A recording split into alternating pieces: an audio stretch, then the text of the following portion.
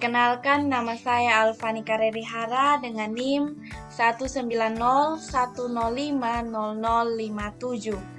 Saya mahasiswa dari program studi pendidikan fisika, jurusan MIPA, Fakultas Keguruan dan Ilmu Pendidikan, Universitas Nusa Cendana, Kupang.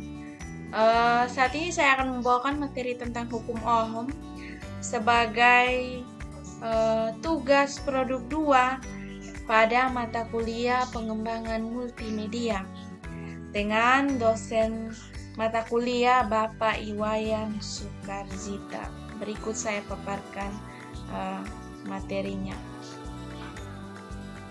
Yang pertama adalah tentang sejarah hukum Ohm.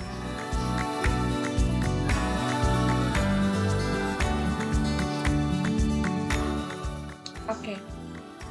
Hukum Ohm ini pertama kali diperkenalkan oleh seorang fisikawan dari Jerman yang bernama Georg Simon Ohm. Itu pada tahun 1789 sampai 1850-an. Ya, Ohm ini mempublikasikan hukum Ohm tersebut pada paper yang berjudul The Galvanic Circuit Investigate Mathematically pada tahun 1827.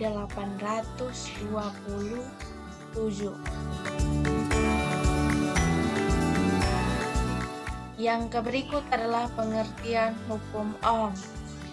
Ya, dalam ilmu elektronika, hukum dasar elektronika yang wajib dipelajari dan dimengerti oleh setiap orang yang memiliki hobi pada elektronika adalah hukum Ohm. Ya, jadi hukum Ohm ini adalah kuncinya. Apa sih hukum Ohm itu? Hukum Ohm adalah dasar atau hukum dasar yang menyatakan hubungan antara arus listrik dengan simbol I, kemudian ada tegangan dengan simbol V, dan juga hambatan dengan simbol R atau resistansi. Nah, hukum Ohm ini dalam bahasa Inggris disebut dengan Ohm laws. Ya. Berikutnya adalah bunyi hukum Ohm. Jadi selain pengertian, kita juga harus mengetahui apa sih bunyi hukum Ohm tersebut. Ya, hukum Ohm ini berbunyi besarnya kuat arus yang timbul pada suatu pengantar berbanding lurus dengan beda potensial atau tegangan kedua ujung pengantar tersebut. Yang berikut adalah rumus dari hukum Ohm itu sendiri. Ya, seperti yang saya sudah katakan tadi bahwa hukum Ohm itu berhubungan langsung antara kuat arus listrik, yaitu rumusnya V, kemudian ada tegangan listrik dengan simbol kuat arus listrik itu simbolnya I, tegangan listrik itu simbolnya V, dan resistansi dengan simbol R. Mari kita lihat penjabarannya. Ya, yang pertama itu ada beda potensial atau tegangan listrik. Nah, apa itu beda potensial? Jadi, beda potensial adalah perbedaan antara jumlah elektron yang berada dalam suatu arus listrik. Ya, dapat dirumuskan secara matematis, dapat dirumuskan sebagai berikut. R sama dengan V per I atau P sama dengan I per R, seperti yang terlihat pada slide berikut ini. Dan kemudian yang kedua yaitu kuat arus listrik. Nah, apa itu kuat arus listrik? Kuat arus listrik adalah banyaknya muatan listrik yang mengalir pada kawat pengantar tertentu dalam rentan waktu tertentu pula. Ya, secara matematis rumusnya adalah kuat arus listrik atau I sama dengan besar muatan listrik dibagi dengan T atau waktu. Dan kemudian yang ketiga adalah hubungan antara kuat arus listrik dan juga tegangan listrik.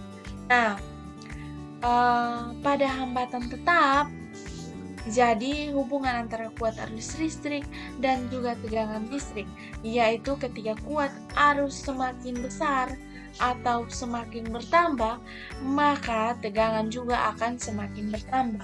Nah, demikian pula jika kuat arus listrik pada suatu hambatan tertentu semakin kecil atau semakin rendah, maka tegangan listrik juga akan semakin rendah. Dan yang terakhir itu adalah resistor. Nah, resistor adalah komponen elektron yang pasif.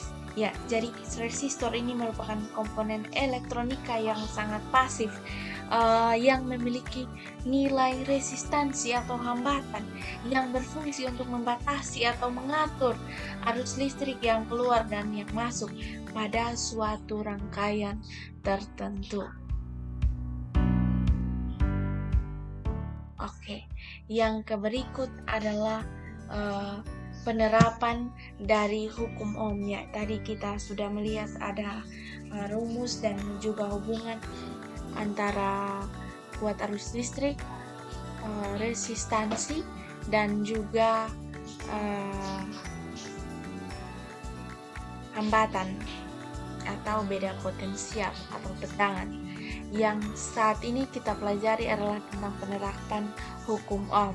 Nah, dalam kehidupan sehari-hari kita dapat melihat ada banyak hal, ada banyak alat-alat yang kita gunakan ternyata berhubungan langsung dengan hukum Ohm. Nah, di sini saya mengambil beberapa contoh, yaitu yang pertama tentang ada ketel dan setrika listrik. Nah, ketel dan setrika listrik ini kan memiliki banyak resistor di dalamnya. Jadi, resistor ini dia punya fungsi untuk membatasi setiap jumlah arus listrik yang melalui untuk memberikan jumlah panas sesuai dengan kebutuhan manusia. Contohnya, ketel dan juga setrika listrik ini memiliki kuat arus atau jumlah arus yang mengalir itu berbeda-beda, sehingga resistorlah yang berfungsi untuk mengatur jumlah yang keluar untuk memenuhi kebutuhan sehari-hari kita. Nah, ukuran resistor ini digunakan yang ada di dalamnya ditentukan dengan menggunakan hukum Ohm. Dan yang kedua adalah perancangan alat listrik. Ya, seperti yang terlihat pada gambar teman-teman, ini ada handphone, ada telepon genggam, dan juga ada laptop. Nah, perangkat seperti ini juga diatur menggunakan hukum Ohm, teman-teman.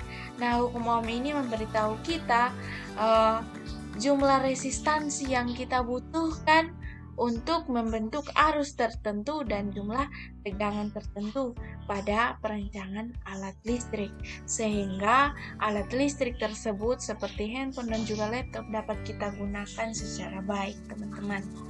Dan yang kemudian adalah desain sekring.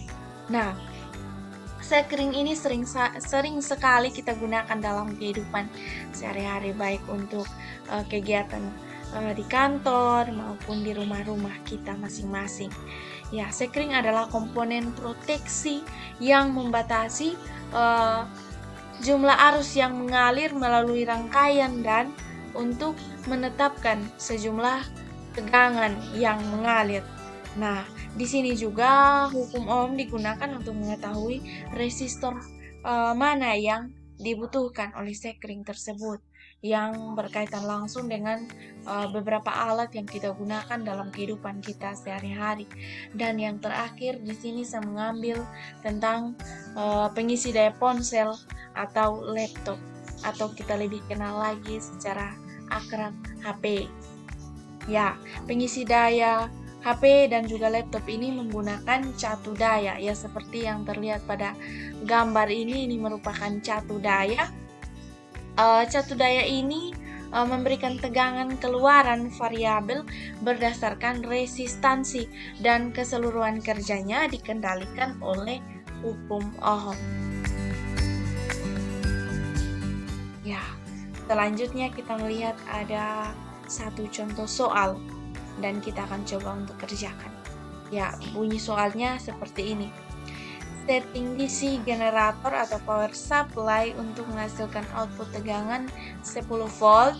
Kemudian atur nilai potensiometernya itu ke 10 ohm. Nah, yang menjadi pertanyaan atau yang ditanyakan adalah berapakah nilai arus listrik atau dengan lambang I? Ya, kita lihat pembahasannya.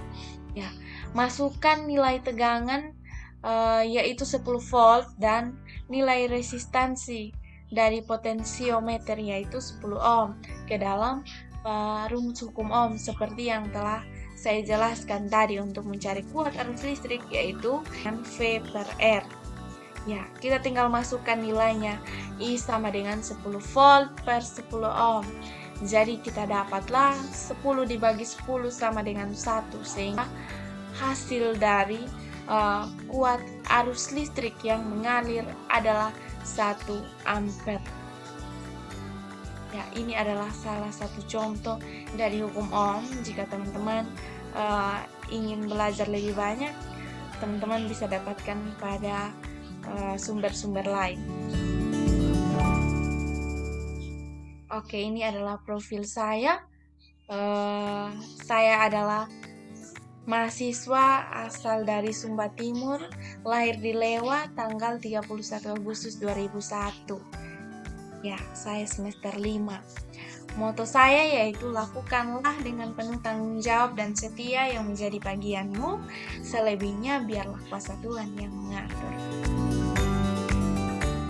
Ya, terima kasih sudah menyaksikan. Jika ada pertanyaan silahkan komen di bawah ini. Semoga materi yang saya sampaikan dapat bermanfaat bagi teman-teman semua. Terima kasih.